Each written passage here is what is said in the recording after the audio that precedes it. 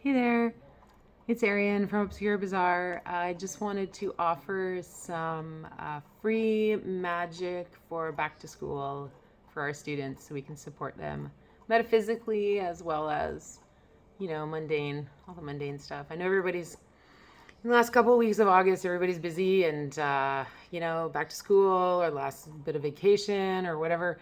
So I just wanted to remind people, don't forget to magically protect your kids before you send them back to school. And this is good for all kids, public school, secondary school, post-secondary, all that sort of stuff. So, excuse me. First thing you can do for free is you can create protective symbols or sigils.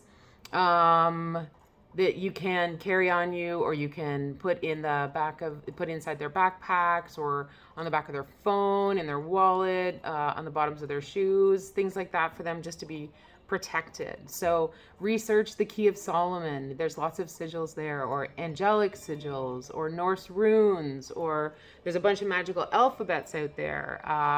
There's witches symbols, there's pentacles, astrological symbols. If you have really young kids, just get them to sit down and do a drawing of what makes them feel protected and safe. And it might be, a drawing of their favorite pet, or maybe a drawing of their house and their family in it, or someplace that they like. If you have a cottage, or you go camping, or a time that they really felt safe and loved and secure. And then they can carry that with them. So that's one of the ideas. If you want more information on how to create an actual sigil from a phrase, message me and I can send some instructions for that too. It's not complicated, but there's steps. So yeah. Then there's things you can do if your students like certain scents or perfumes or things like that. So there's lots of calming scents out there. Lavender comes to mind. Florida water is good for cleansing energy. Rosemary is really good for, memory and clarity. Roses can be calming and are really good for things like figuring out where your intuition is and what choices you really want to make when you're moving forward with things. So some sort of aromatherapy or scent that will help to calm them down or clear their minds.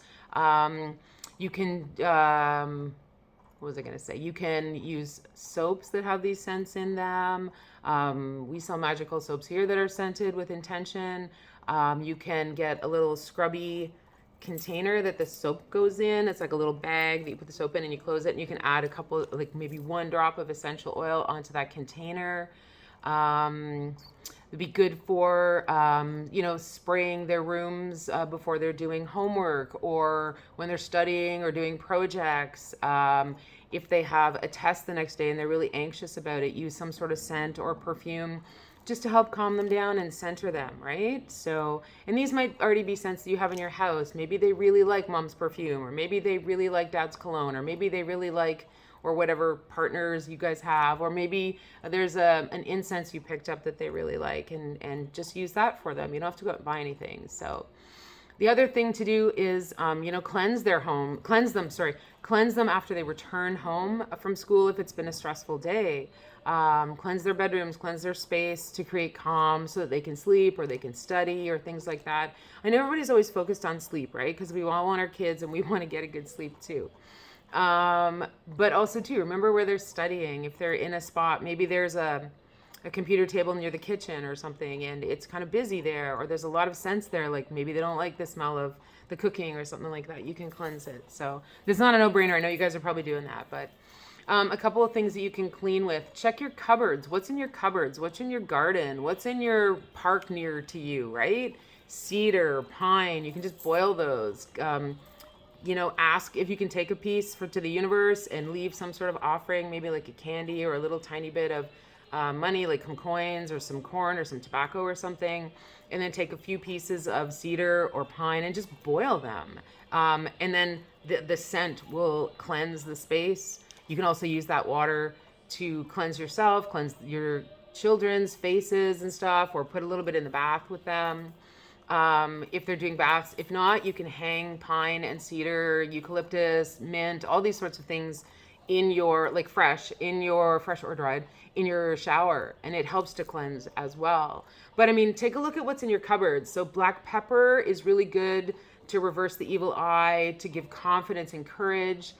Basil is really uplifting. The mood is very uplifting, and it's anti-anxiety, anti-depression. So you can boil that into some sort of, simmer it in some water and use it to sprinkle around your space, your kid's space, or your space if you're a student. Garlic, dried garlic, or garlic powder even is good for protection. And it works to bring health, to bring your health into a better state. So good health. So mental health too, right? Orange peels, if your kids are eating oranges, use the peels. Maybe just put them under their bed on a plate. It brings joy and sweetness. And lemon and lime peel you can use to remove frustrations, to remove bitterness, to remove like anger and just unease or dis-ease. Again, you can boil all these or simmer these in a pot, let the air fill with those scents, or you can actually make them into like a spiritual bath or some sort of spray. You don't need to use alcohol in any of these, as long as the spray that you use, you put in the fridge. You can just use tap water. Now, people are going to freak out at me about saying tap water, but if you have like lemons and limes and say you want to add, I don't know, maybe a little bit of, what would we add to lemons and limes? Just use lemons and limes to take away bitterness, and you put it in with some tap water, maybe a tiny, tiny bit of alcohol for the first day, just the rinds, and then you fill the rest of it with water. Just keep it in your fridge. The reason we use distilled water and all these other kinds of waters is because we want a shelf life for them, right? We don't want to have them in their fridge, right? So, I mean, look around. If you guys have Listerine, old school brown Listerine is really good for cleansing things. You can put that in a spray. You can use salt water. Just make sure you heat up the salt water a little bit so the salt's not going to clog up the spray tube that's in the tube. What else is really good?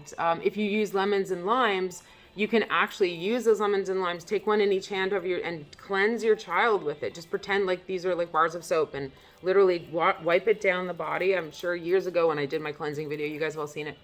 And then throw them in the compost, right? To cleanse the bitterness or frustration or uneasiness or dis-ease or nervousness off your child, right? And then maybe have them eat an orange afterwards to bring some sweetness back, right?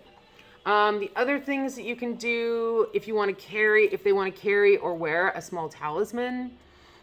So you can, so this would represent a shape of something that would represent their interests or their concerns or their protection.